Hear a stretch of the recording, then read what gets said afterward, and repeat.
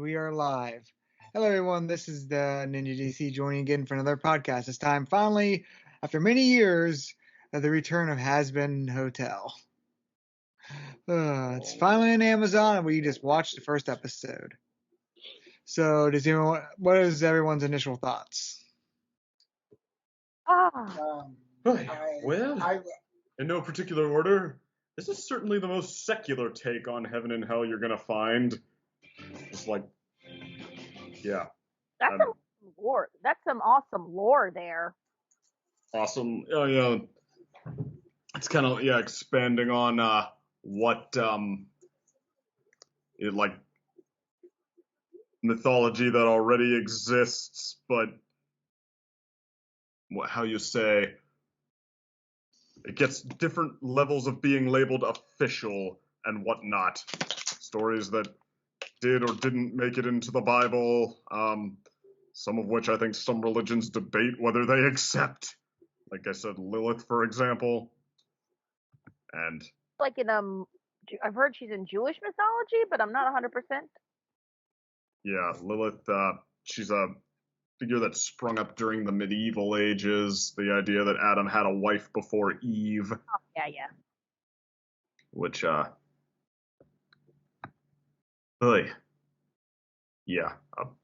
apparently some orthodoxies deny her existence and some don't, which is kind of curious, honestly. I like it that they actually give Lilith a bit. They give Lilith a bit of this kind of lore with it. They give Lilith a bit of a different kind of role. And now they definitely made her like a interesting character, a character. I'm like, okay, you got me curious. This is a new spin. This is a new spin on it I've never heard before. Mm-hmm. Yeah, like the like not only incorporating the Lilith mythology, but I guess sort of taking what that would make Adam to its natural extension. Like, yeah, Lilith. I think if I remember correctly, part of the lore is that she wanted it to be on top during sex, which Adam simply could not have. But yeah, otherwise she was generally not submissive to Adam, so Adam said, heck no, which, yeah, would kind of make Adam a douche.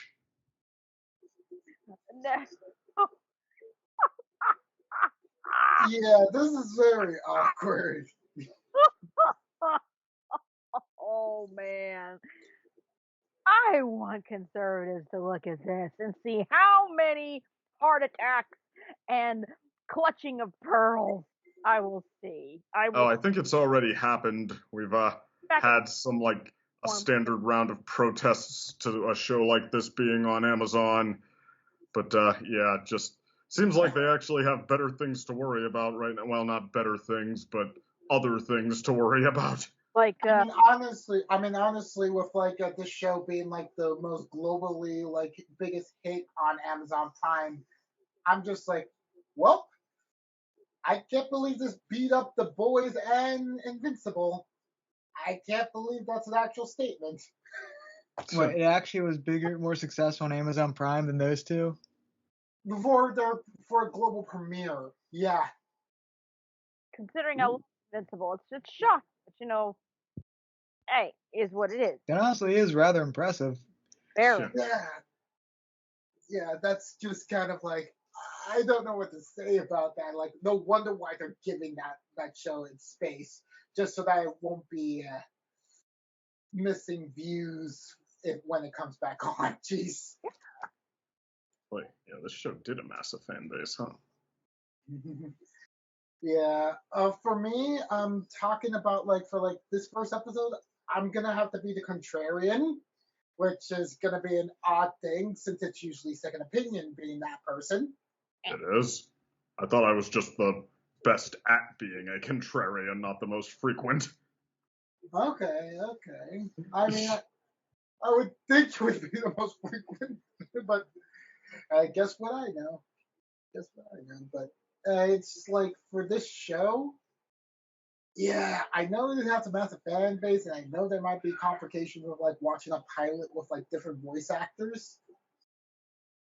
But yeah, it kind of sort of picks and chooses stuff from the pilot because I noticed a few differences from the pilot continuity for some of the scenes, like say Alistair's behavior towards about like trying to gather up sinners was quite different for like at the beginning for this episode and compared to the pilot in which he was just gonna full blown like advertise people to come on in by his tone during the pilot. So that was one thing. Then there was also the other thing about yeah, just like getting stuff for like Charlie's like sort of like beginnings, like it's now being like retcon into the whole, oh, I'm doing this for the sake of mom, like or like instead of like sort of like being like a passion project for absentee or very distant parents. Like that's just how it feels like now. Like the set of tone is quite different from like how Charlie was portrayed at the beginning, in which like this was more of a hidden away project in which under the confidence of like my dear love, we were just now putting this into the public instead of this being like, okay, this is a long term dream by my family, and not only now I'm enacting it through this hotel. I might disagree that those are really changes per se all that much. I mean, like Alistair, for example. I mean, it's like, yeah, we like prod him, as it were, that like, well, don't you want people to come here so that they can fail? But I mean, like the episode brings that up as well and has him be like, yes, I suppose we should get to that part. Just keep me off that damn TV from now on. It's like, I mean, it's playing, I guess, fast and loose with him for now, but it seems like that's at least for now keeping it all within his desire to be a general troll towards people trying to accomplish anything good with themselves. And Charlie, I mean, I don't know, especially as like Adam is reveling in the idea of killing these, sinners, these human souls. We see her give her pretty sincere sounding plea that they're human souls. Like, I would argue the Lilith thing is just like, yeah, more behind the curtain glimpses at her motivation rather than like a change in the motivation, like painting more of the picture.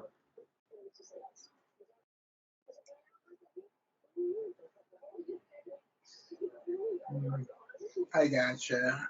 I gotcha. That was just like me, like after like watching it, like just having those sorts of thoughts be like at the forefront of my mind. Mm-hmm. I guess I wasn't really like enjoying it so much for a first episode for something that I guess I was like looking forward to a bit. Like I don't know, it just felt like standard like hell of a boss quality for like an episode for with this one. Yeah, I mean it's definitely the opening of the show and not the like, oh, we're gonna hit the ground running. Yeah, I will say, like I was saying earlier, it is interesting that the pilot is sort of still in continuity because like a lot of these pitches and all that, like they're related, but they're often like it's basically they retread stuff.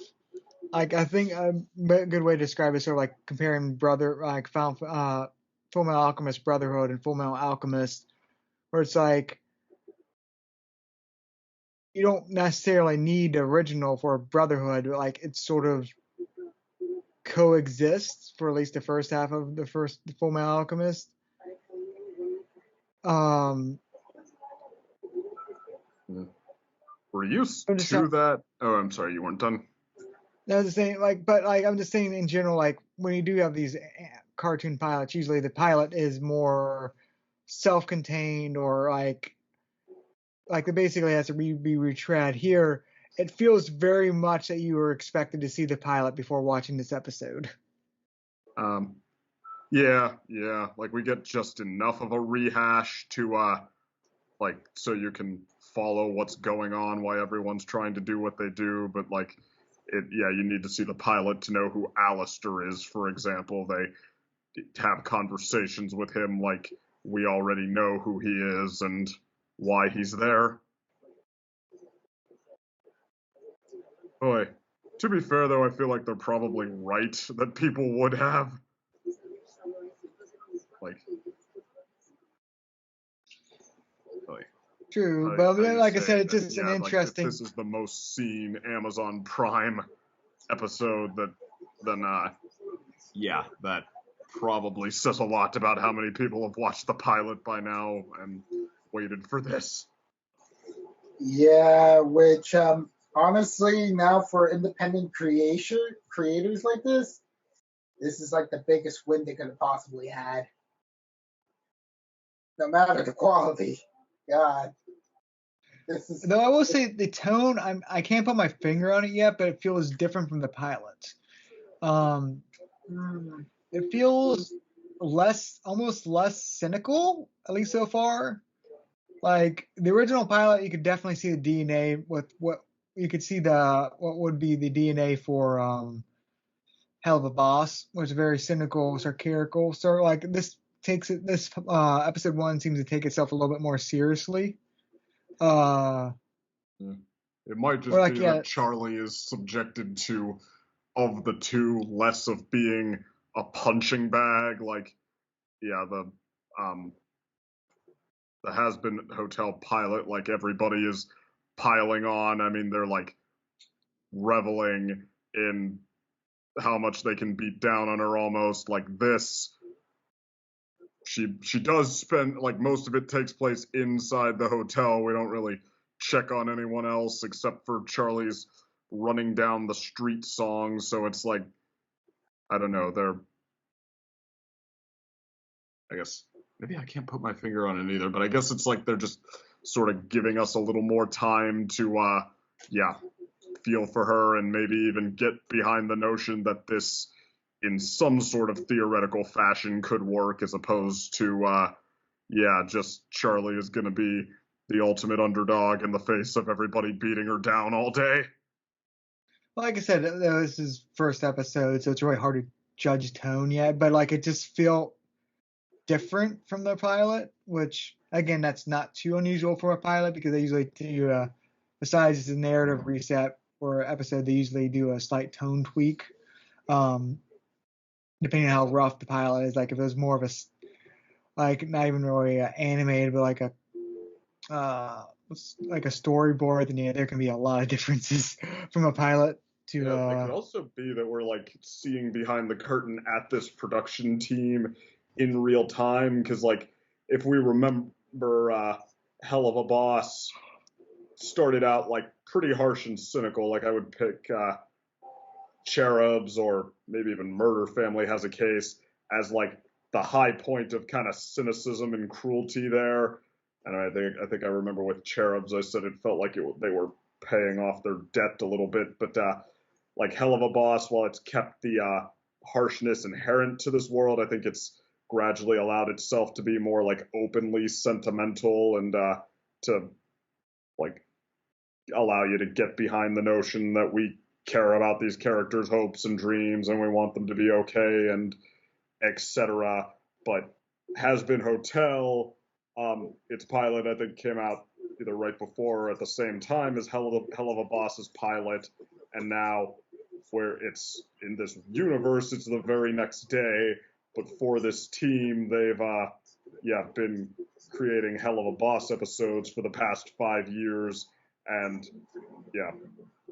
I guess hitting their stride, like creating what they want to create most and expressing what they want to express most. And like I feel like, heck, with a lot of creators, even a lot of people, period, that's how it works with like presenting themselves and their work and their ideas. Like they almost feel the need to earn your respect first a little bit by trying to be a little more je ne sais quoi? Impenetrable, impressive, formidable, and yeah, once they feel like they can express what's really underneath, they start to. So I guess DC brings up an interesting point. Are we looking at a world that, like, from its own perspective, the creative forces behind it went to bed cynical and woke up sentimental, at least comparatively speaking?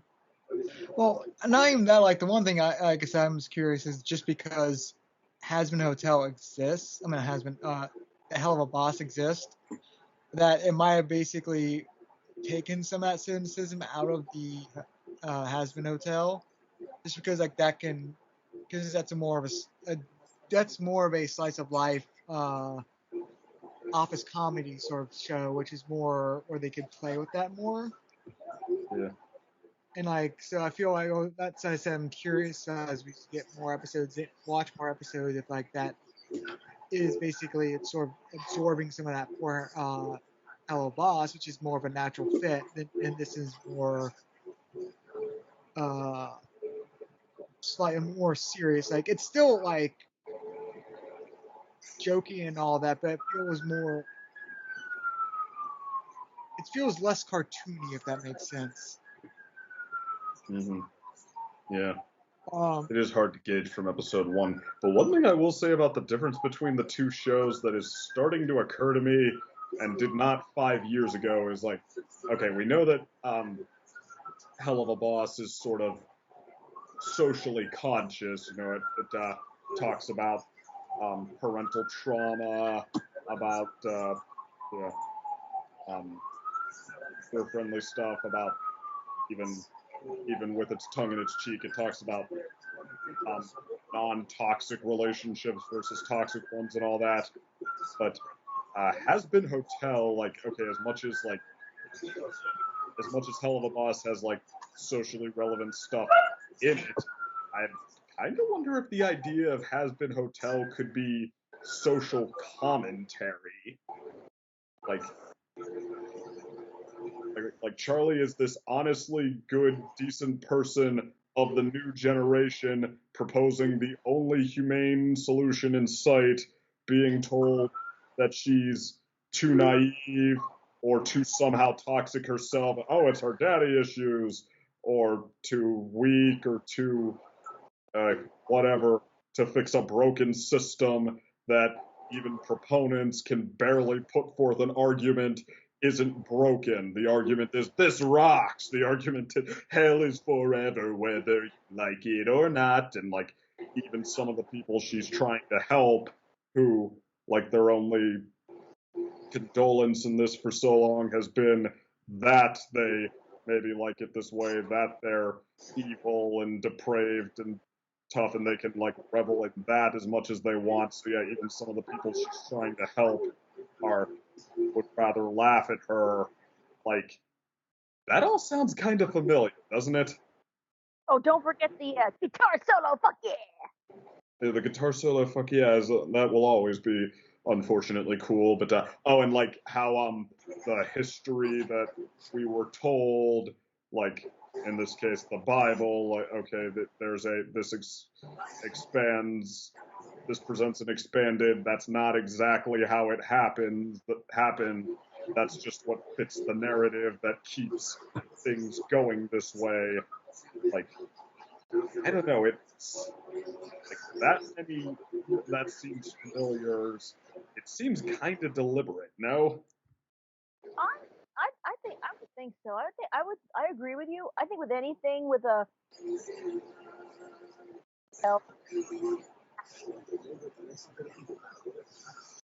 It seems like you're trailing off. Come again?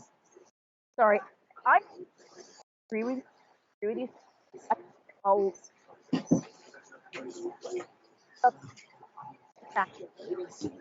I mean, can people hear her better than I can? She seems like she's really breaking out. Oh no. Can you hear me now? Yes. Yeah. Okay.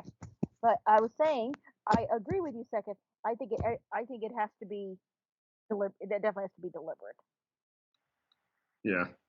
Okay. Well, I did hear you say that at least before. Yeah. It's like, which, I mean, it's I don't know. It's kind of impressive. If that was the idea, it's kind of, well, it's, if not impressive, definitely something that it still feels at least as relevant, 5 years later. You would hope so. I mean, you would hope so. I would be fearful of. I wonder if there were anyone who forgot about Hazbin because Hazbin and Hell of a Boss like kind of were like around the same thing, and yet Hell of a Boss got like started like chugging along, and everybody kept saying, "Where's Hazbin? Where's Hazbin? Where's Hazbin?" And now Hazbin is now getting the big treatment and everything. So yeah, Mm-hmm. Uh-huh. It's like, yeah. I would hope 5-year vacation, and now, well, I would say vacation, 5 year gestation period, whatever it is, whatever hibernation, gestation, whatever it is a little caterpillar does to spit before they turn into a massive hellish butterfly. But um uh and also an Amazon deal, all that opportunity there. You need to go like you full ahead. Darn, darn the torpedoes Mm-hmm. and offend everybody C'est vrai. but at the same time make it funny. Sure. Yeah, I don't know. I wonder how you'd describe Hazbin Hotel to someone who had never seen it before. Like, oh, it's a sentimental South Park with, like, unironically good animation. Okay. I would say first of all I would not put South Park in its equation because for one Has Been is funny. Huh. Ooh, shots fired. I said what I said. South Park used to be funny. Yes, it used to be funny. It used to be funny. Now it's just okay. Let's just see who can make what we can make fun of. I'm like, ah, this is now getting boring. I was like, who are they gonna make? Who and what are they gonna make fun of this time? And some cases, and a lot of it is deserved, and some of it is like, really, it's like really, and but other than that, it used to be funny. Now, Well, you know what? The funny thing is, like, Edge, well, on some level it's meant to, but even moreover, it just sort of pops up as a way to subvert what seems to be the status quo of the time, or at least the status quo that the Edge that's accepted is the one that subverts the status quo that people are ready to see die.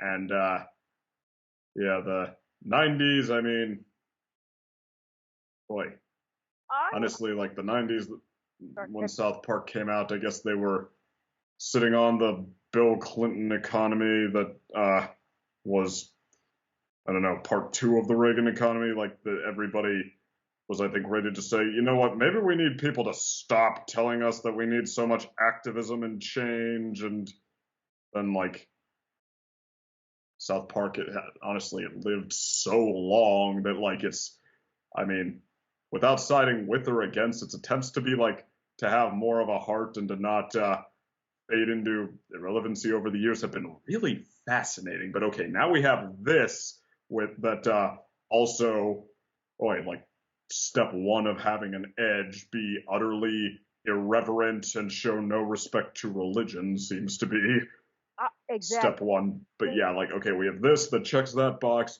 and is now like come to subvert the notion that we do need to protect the status quo so much right. that that machismo and punishment for the unworthy are the solutions. Yeah, I think if you were saying like, how would you sell Hazbin Hotel to somebody who hasn't seen Hazbin Hotel? I would honestly, I would honestly take Alistair's approach. I would honestly take Alistair's approach. I would be like, hey, Hey, Little Missy, do you like murder? Do you like adult humor and murder and monsters? Of course you do. You in hell. How would you like a show that has all of those things presented in a place that is trying to have none of those things? Oh, that's it. That is it. That is it. That is how you do it. I would be like Alistair and just sell it exactly like that. How would you like to see a multicolored verse of demons and darn, I need an actual script in order to do that. I need an actual script of everything that's good about it, because I know what's good about it, but I can't get thoughts together because words and thoughts often don't jive. And so, but yeah, pretty much I'd sell it on like Alistair does, but I would definitely state it's funny, and it's funny, and I would like, well, funny subjectively, like I would gladly argue like, no, it's funny. It's funny. I don't care what you say. It's funny. Okay. It objectively pleases a lot, and I mean a lot of people's subjective quota. How do you like that? That could work. Let's see if we can dumb it down a little bit, let's see if we can dumb it down just a touch, because you don't know who's intelligent and who's not, you know? Wait, come again? I would say maybe we could dumb it down a little bit. So just a touch. Oh, the way I phrase that? Yeah. We could dumb it down just a squeegee bit. It's subjective. Well, it objectively made me laugh, so you know, that'll work. Oh, and by the way, lots of demons. Oh, by the way, adult language, demons, adult subjects, and depravity abound. And music. And a guitar solo. Fuck yeah. Boy. You know, a guitar solo sung by someone that you hate to admit is kind of rocking. You know what? Yes. Because he was one obnoxious SOB. I'll admit that song's a jam. And then he had to break out the guitar, so I'm like, no! Oh no, I'm invested. I'm in. Boy, anybody ever hear of the Honky Tonk Man? It sounds familiar. If you like professional wrestling, the Honky Tonk Man would, he was an evil Elvis impersonator. He would come out dressed as Elvis and doing a stunningly good Elvis impression while claiming that Elvis was a poser and a ripoff and he was the real one.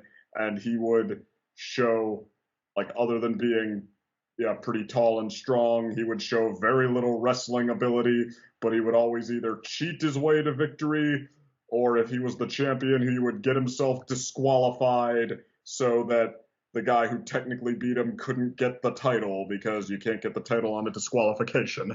And then he would go to the crowd and say, I know you want to hear me sing. And they would all jeer and boo him and get mad at him while dancing to his song. Because it was so damn catchy. I've ever heard of Honky Tonk Man. I can't say I've ever heard of it. He's kind of from the Hogan era. Okay. I got long sideburns and my hair slicked back. I'm coming to your town in my pink Cadillac. I'm just a honky-tonk man. He's a honky-tonk man. I'm a honky-tonk man. I'm cool. I'm cocky. I'm bad. Oh, wow. Definitely definitely do not know of him. Hogan was the only one that stood out in my mind in that era.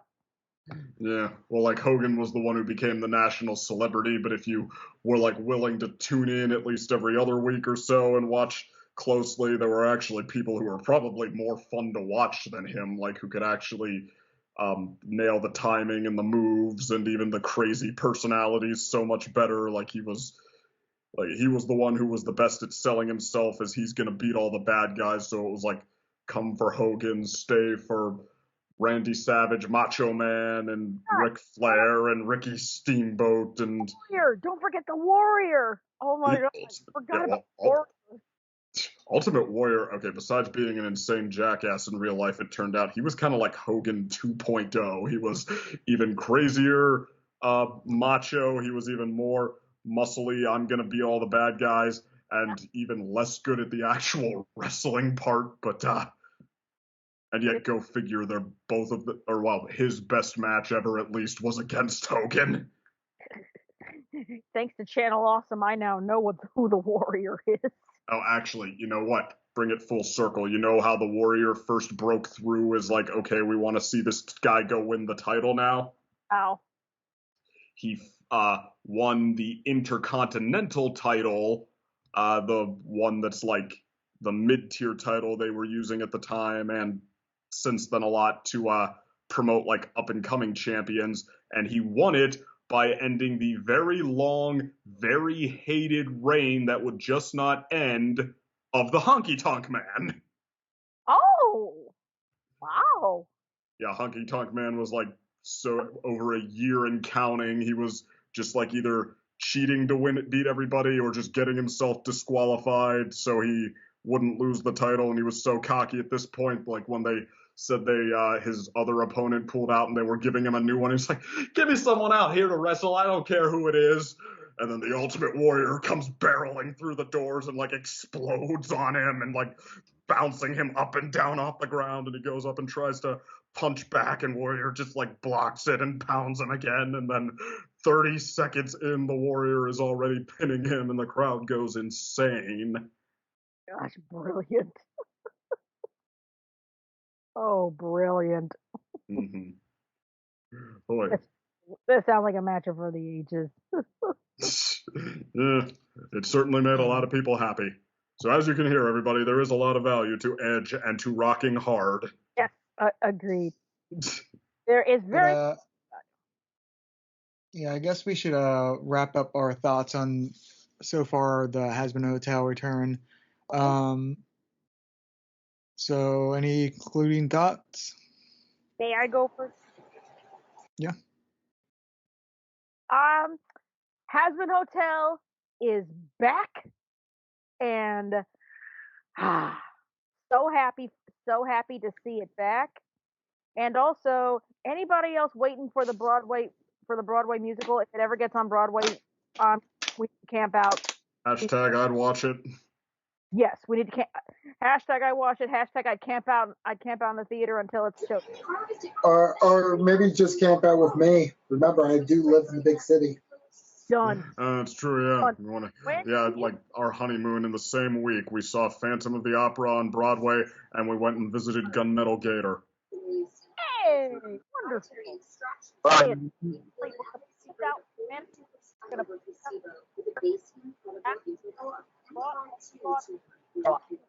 Oh, there goes her mic. Yeah. Oh, Jen, it was fun while it lasted. Yeah. Hotel is back. It's wonderful. It's all, to me, all original, all our differences in everything. Work.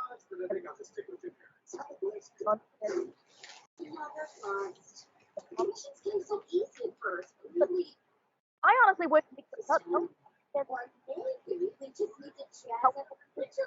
They're really bad. It sounds like she's saying a very sincere speech. Yeah. However, one thing, no shade.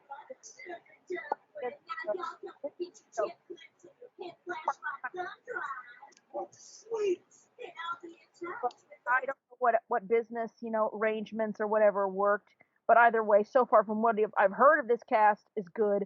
I just wish the pilot cast could have come along for the ride too, in this new iteration of Hazbin.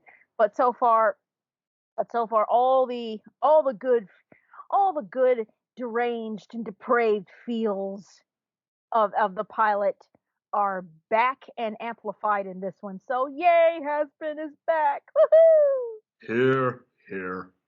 And by the way, if it does come, if and when it does come to Broadway, we are all descending upon it like vultures. Boy, that might unfortunately come to pass. Yeah, Carlos, you can unmute yourself. It'll be the first ever, and I'm already imagining there'll be some picketing. There'll be some picketing outside there. I'm not muted. Yeah, I muted you because I think what's happening with Jen's, because Jen's running her audio through her laptop, when you have some static on your end, it basically causes her computer's like filter to basically go in overdrive. Really? Sorry. I think it's a bad combo of just like those two things. It was, Sorry. yeah, It just noticed happens. this like, yeah. But either way, I manifest that Hazbin Hotel being on a Broadway. I don't care how long it takes, and when it does, we're gonna be there. Mm-hmm. I've manifested it. It's out in the universe. So be it. Here we go. The one like change in the cast that just gets a very amused why from me is replacing Katie Killjoy sounding like you'd think a shit-eating grin news reporter named Katie Killjoy would sound with Blitz. Really? Because reference. Yeah. Yeah, it's a complete reference to like one of Brandon Rogers' skit characters. Oh, okay. Yeah, they know how to rock the whole anti-Semitic, like anti-LGBT, like woman anchor woman who's a business major, like it's her CEO character. What was it? Nancy something. Nancy. It's got to be a parody of something. Okay. No, Inside jokes for the win, then. No, it's an actual character that Brandon Rogers just plays. Okay. Hold on. I'm just gonna get that. Also, did everyone see the little cameo of Moxie in that little Happy Day in Hell song? Or a similar design at very least. It looked very from the neck up. It looked like it was Moxie. Interesting. You have to look through the sequence there, like when Charlie is singing "Happy Day in Hell" in the streets, and it's close to the left, and it looks like the imp. It's like trying to break another monster's neck, and from the neck and face up, it looks like Moxie. No. But Other thoughts? I guess.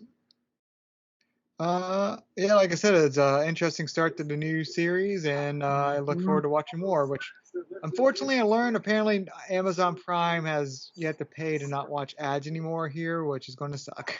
Sure. But it could be funny. Okay, Shoot Bezos. I just realized the name. It's Bryce Tank Dress. Okay. One thing I will say, like, I feel like this legit needed a second episode. Like, I don't know. I feel like we got very much the intro stuff here, and that Amazon, might have even known that when it made this the last thing we're allowed to see without paying them. Because, like, I feel like all this one is going to make you do is want the next one. Well, it's interesting, like, because Carlos brought this up, is like they actually have half of the second episode on Amazon on YouTube too for free. Not the full second episode, but half. Yeah. So, like, in case anyone was, they unleashed it later, so it was like, okay, in case the, hook of the first one didn't get you, all right, how about we give you just enough of the cool stuff coming next, and then really make it so you have to see what happens now. That would make. But I guess with that said, I can briefly go over some big news things that happened since the last time. Oh gosh, we officially recorded. It's been a while, but I think I'll just cover two bigger news stories. One recently because it just happened today, but one that happens over the weekend over the long break for you listeners, we had one of the largest gaming hacks of all time, where Insomniac Games, producers of Ratchet and Clank and Spider-Man, they're a lot of their they had over a terabyte of data stolen, in which basically we know their entire schedule for the next decade. And it's a lot of internal stuff. It was like one of the biggest gaming hacks ever because they're hacked. It was one of the hackers that they tried to pay us a few million, or we're going to release everything. Well, they didn't pay, so they released it. So basically, yeah, that's how we know there's going to be a Venom game, a X-Men game. We already knew about the Wolverine game. Yeah, which unfortunately Insomniac is basically become Marvel Studio for the next decade.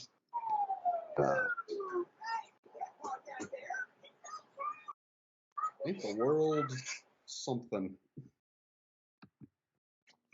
All right, but yeah, that was just something I feel we should acknowledge. Big, yeah, it's one of the most big in terms of like not in terms of like confidential. Well, some employee passports were leaked too, but it wasn't like a hack where like credit card information was leaked sort of thing. So it wasn't like devastating, but like in terms of like upper like management like information this is one of the biggest ever. Yeah, going on to more recent news. Just out today, I think it was yesterday. Universal Studios, the theme park division, actually finally announced publicly Epic Universe. Oh yeah, I did hear about that. We're gonna get that after all. Epic Universe? What's that? Yeah, it's sort of been known for a while, but like this is them confirming what the park is and when it's coming out, and like, oh yeah, the concept art, actually the park really does look like that, is going to look like that concept art. You could take notes, Disney. Yeah, the Epic Universe is really Universal Studios is officially. They announced the construction and all that, but this is their presentation. It was just announced where they're confirming what we've all known, pretty much the lands.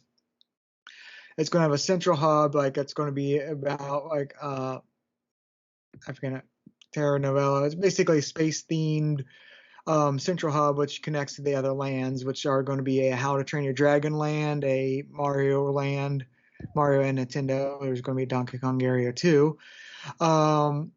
A classic Universal Monsters land, a new Harry Potter land, which is going to be Wizarding World Paris. But like the big dark ride there is basically going to send you through the Flu network to the Ministry of Magic in UK. So apparently going to be some very interesting effects there. And let me see. I think that's all the lands so far. And yeah, I mean, I would probably watch a video if it wasn't so late just to show you. But yeah, it looks really amazing. I'm looking forward to. Boy, if I ever go back to an amusement park anytime soon. See what I thought. I liked Universal Studios all right the last time I went there. Oh man, yeah, I've never been to one in a long time. The last time I went to Kings Island was a couple of years ago, and man, for the first, I felt like a literal old lady because I felt like I couldn't keep up. Like I said, that's a good thing though with the Universal Park and Disney parks, is like they're more neutral in terms of intensity of rides and not just focused more on thrills like the local parks. There's more for everyone. And let me see what I was going to say. Speaking of the, I think some of the roller coasters mentioned, like the Donkey Kong line, yeah, that's a interesting roller coaster design. It's basically describe it as like the roller coaster is like one of those ladder truck, those ladder trucks where it lifts you up, but it's like supporting you from below. Mm-hmm. Yeah, that's how the roller coaster is designed, where like there's the track it's riding on is below you and like or up like a little arm a few feet, and then below you is like a fake track where the wheels look like there. So it's going to be just like the Donkey Kong Country minecart levels where you're going to be jumping the track. Oh, cool. And we'll actually get to see how that really plays out like this year, because like Universal Studios Japan is opening theirs this year. They have a Super Mario World theme park, don't they? Yeah, and like that's what's going to be an Epic Universe, but like it's going to be like the biggest one of them. And actually, there's also rumors that apparently they might be replacing the Simpsons area of Universal Studios Japan, Universal Studio Orlando. This is where names get confusing. Where they might be placing their Simpsons land because that's going to expire soon and like it's Disney owned now. Right. And the big rumor right now is it's going to be a Pokemon land. Hey, why not? That would get some attention. Totally. Yeah, which is like, all these years and we feel like Pokemon is still peaking. Totally. Oh, like Pokemon like is stupidly still big as like the knockoff Power World has just shown like they just sold millions. 7 million right now. No, I remember how much it took the world by storm when it first came out. Like it was, at least so far as everybody in my third grade world was concerned, it was the thing. And to think that wasn't its peak is almost like this is one of the culturally defining phenomena. I'm pretty sure Pokemon is the largest, like the most in terms of like, for like revenue, the largest like media franchise in history. Derek. Yeah, I forget. There's a chart that said like it's one of those charts that like was here's Pokemon with like let's say 200 billion like in revenue, and here's other big franchises that all combined are just equal to it, which is like it had like Mario, Minecraft, Call of Duty, Harry Potter, and all that, like all these franchises, and that's like that. All that combined equals how influential Pokemon is. It's like, yeah, that really does put it in perspective. Take a bomb, Pokemon. Oh. Jenn left, which I don't know is on purpose, but we'll find out. So, Derek, did you hear the news of like yesterday was like the anniversary for a certain large franchise as well? Not sure which one. Something Fate. Like they just hit the big 20th anniversary. Of the Fate series? Yeah, the entirety of the Fate series, yeah. That's a series where it's like Gundam, where it's like, I can respect the really good stuff from it because there are some really good Fate stuff. Yeah. But it's such a cluster, like, buck of just like mixing continuities and all that. It's just like, oh my gosh. Let's not even get to the fact that last year they released Fate Samurai Remnant, which has lore from the gacha game with one of its main characters in it, who canonically has all the memories of all the adventures that they went through. So, yeah, it's a bit trippy once you find out about that stuff. But then here's the other shocking news. We're getting a remake of the original visual novel for the Switch. All right, hey Jenn, I was wondering if you dropped out on purpose or if it just dropped you. Laptop just turned off on me. Rude. Oh, actually, it reminds me because I don't want to. I can't really show you the video because I can't show you like a photo of Epic Universe. I just remind that. So let me pull up a photo. Was that the one with the? Am I getting this mixed up now? Is that the one with the Universal monsters all being interconnected? Yeah. Okay. They're all going to have like that. It's going to be like a central hub area, and then like you're going to go through like a portal, like a tube thing into an individual world. So it's going to be like each world is more isolated than like a normal theme park. Mm-hmm. So it's more immersive in that way. Let me see. Interesting. That seems to be what the.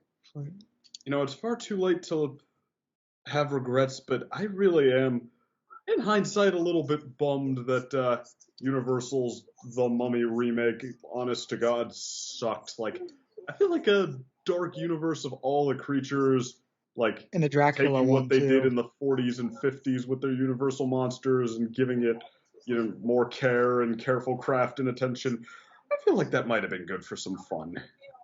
A couple laps around the block. Like, it worked for Godzilla and King Kong and the American franchise. Like, I don't know. I feel like we could have had a good thing if only they would have made it a good thing. Let's see. I got the front gates. Let me see if I can find.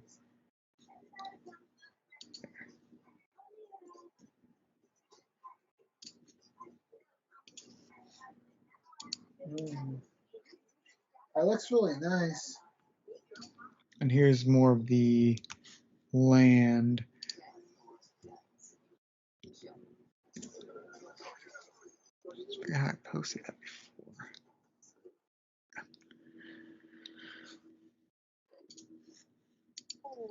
Oh, that is a beautiful one. Where's it supposed to be? Florida? Yeah, it's not connected to the other Universal parks, but it's like within a few miles of them.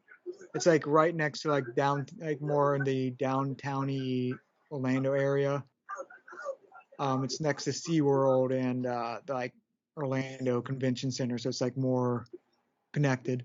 Apparently, if I recall correctly, it's built on land that was once used like a test site for like Lockheed Martin or something like that. But it looks like that building has like so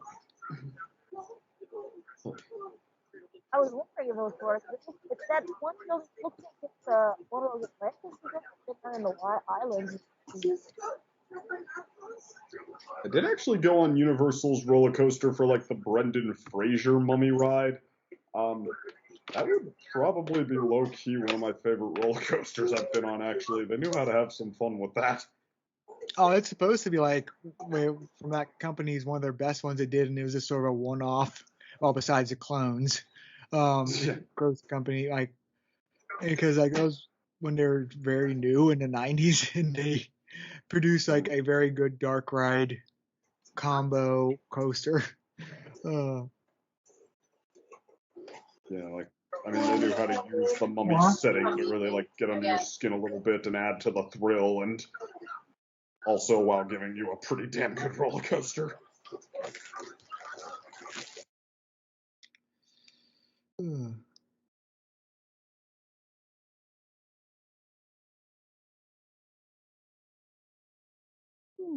Oh yeah, I guess going offset, there's also rumors of, speaking of Universal stuff. Again, I won't stay in theme parks much because that's more my thing. But there's basically Universal is looking to develop a UK theme park. They already bought the land and they are moving forward with that. But it's basically they're like, oh yeah, we're pursuing this, but we're doing Epic Universe first, sort of thing. So that's looking for more of a tentative like 2030 release of that, which is not in London, but it's basically like right in the edge of the London metro area. Mm-hmm. Boy. So after the dark movie universe and movie universes in general for them failed, they're planning to make their move another way. Yep. And the rumor, like this is very broad rumors because like this is this early development, but it's like they want to make the UK park not have like the same rides and attractions as like the Orlando park, just because like UK travelers are so big for the Orlando parks that they want to make it a sort of distinct. So the rumor is like they might have like a very British themed lands in it, like properties, like they might use the like have a James Bond area or a Paddington Bear, or even like I think they rumored to have their rights to the Lord of the Rings theme park. Okay. Wow. I mean, could be the way to play to your audience a little bit. Could be. Maybe. Depends on, I mean, not entirely sure if the Brits have feelings about that one way or the other, but I mean, I could see them liking that they see their mascots represented. Boy. Just ask how many British boxers that are known for almost getting to a title shot and failing, more or less, became beloved celebrities in England. Like, they take care of their own over there. Mm. They rally around. Well, I think what happened before is actually it's one of those interesting things. Is like there was a Universal Resort, or I think it was one that was actually more in London proper, but like it was in the 90s and it just sort of failed. And like it just didn't get off. And like one part of the things like activists were like saying this is a protected environment for like spiders. Yeah, it was like you guys had one job and you had to pick that place. Sorry, go ahead. Yeah, it was like a quagmire because it was like a wetland thing that was like right outside London, but like this one seems to be far enough away in like a large but small town. Essentially, it seems like the people there are very much like, please bring that freaking rich park to our area, sort of thing. Yeah. So yeah, it should be successful this time. And there's also still the rumors that they might buy like a theme park in Spain that they once co-owned, Port Aventura. Okay. They're trying to making their move. We'll wait and see. But yeah, no, theme park news, that's more my thing than anyone else here, but interesting just because, yeah, there's big moves recently. And let me think of any other media stuff that's happened since last time. Ghibli is now selling a Kiki's Delivery Service cookbook. So easy that the kids who Kiki's Delivery Service counts as the target audience for can do it. I don't know, that was the first thing that came to mind.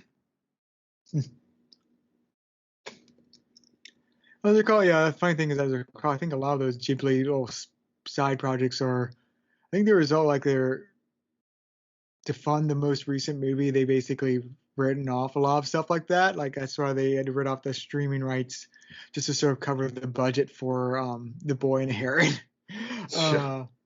Boy, if Miyazaki weren't already working on his next movie, I'd question whether Ghibli were even going to be back.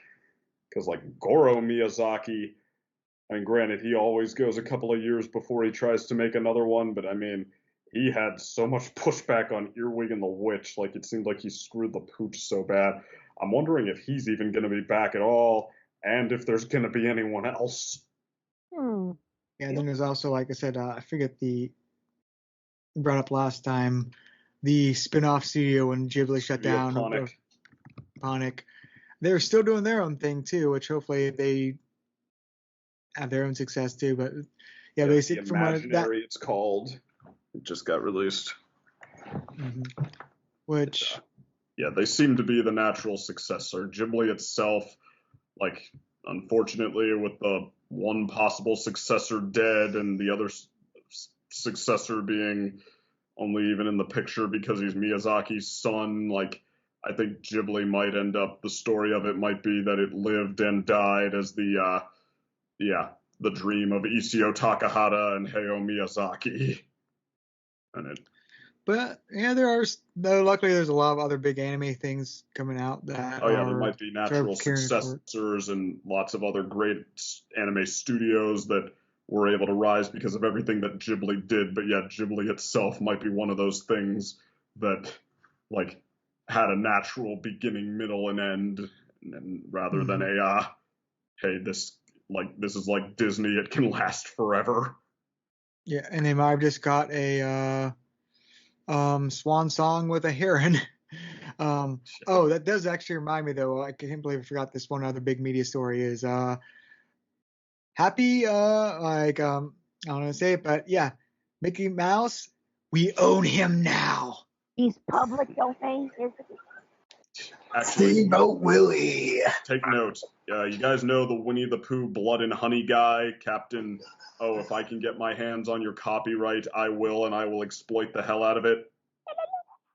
He said that he never intended to touch Mickey Mouse with a 10-foot pole. He says he's watching these trailers and like these projects and such that companies are advertising and jumping on and saying like, oh, they already made the mistake. Now, why did they do that? Oh, Disney is going to be up their asses so hard. He's like, yeah, according to him, it's really not as simple as the copyright expired. We can do whatever we want with Mickey Mouse now that there's a lot of legal game to play, and just the fact that Disney is Disney means that, okay, you really are going to want to be especially careful playing it with Mickey Mouse, and these people who don't seem to be studying these things are not doing so. Well, and the thing is, Disney has to be careful themselves because, like, to put bluntly, they have to be careful who they sue, why they sue, and where they sue them. Because if they try to sue someone maybe in Florida, the judge might rule more negatively on them, which might hurt copyright. Because it's basically a lot of judgments are made on previous judgments if it's more established. Disney's trying to basically claim like, oh, only the Steamboat Willie era Mickey Mouse is in public domain, only that representation, which isn't how copyright works. Because the character himself, like Steamboat Willie, isn't what he's called. That's actually the boat he was on in that short. He is Mickey Mouse in a tile card, and it also has like color in his clothes and like a promotional piece. But yeah, the short of this story is that it's not over. Like, take care of yourselves out there, people, before you go rushing in. Yeah, well, yeah, it's going to be an interesting court case because Disney's going to try to defend it, but they have to be careful how, because they say, oh, they have the trademarks, but as other court records have shown, you cannot use the trademark as a copyright as established. So right now there's this law of like immediate sort of like parody, fun stuff like horror movies popping up because that's sort of low hanging. Like, oh, let's make Disney, let's make Mickey Mouse, but evil. Which good luck trying to copy actual mouse in that. Boy, honestly, like those might need an extra shove to even get past the level of that Escape from Tomorrowland movie from a few years back. That was, hey, why don't we let this idiot just die in obscurity? Kinda sucks. But honestly, I am looking forward to the more well thought out parodies and more not parodies, but even just straight up like, I'm a well-known artist. I'm gonna make a legit Mickey Mouse online cartoon or like web series or just something like that. Austin Powers to Mickey's James Bond or something like that. Yeah, because I actually do look forward to the serious interpretations because he is in public domain, and I also really hope. Speaking of Universal, DreamWorks, the mouse is now yours to use, and you have a new Shrek movie coming out. You know what you can do. Wait, Puss in Boots did hint that they were at least thinking about a Shrek 5. Oh, but like I would, like if like they do like the next Shrek movie and like they have Mickey Mouse as like a villain or a big character in that, I would like I would get out a glass and fill it with wine. I would not drink and raise a glass so you like DreamWorks and said touche. I have a feel like if I had to predict, I'd say like, hey, on the side of caution, it might be like one scene with side villain Mickey. You're just like jackass Mickey. But we'll see. Speaking of like fun interpretations, a parody of that. That's one thing. South Park has been hit or miss, but they've been pretty good on their criticisms of Disney as of late and Mickey. What do you say? The Enderverse. that mixed results. They're like, well, I guess the short of it was I heard just about like everything that has been said about South Park across its run applies. Everything from the douchey and the weak brain to the clever and the finger on the pulse of what the problem is.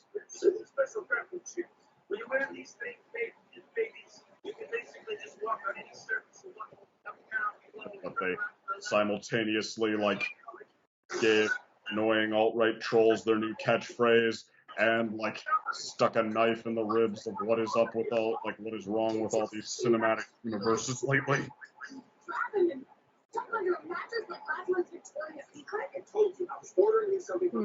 But yeah, I guess that covers the news stories. I would go into what we've been up to, but I know it's late and we would probably go on for a while. As we do. Yeah. Maybe next time. So see y'all next time, which we'll talk more about what we've been up to since then, and hopefully sooner than not, like, what, 2 months for you listeners. So, yeah, sooner than that. Look forward to seeing you all then. Two of you who tune into every single podcast we have, we'll have it for you eventually. Sooner rather than later, I'm sure. Mm-hmm. See y'all. See ya.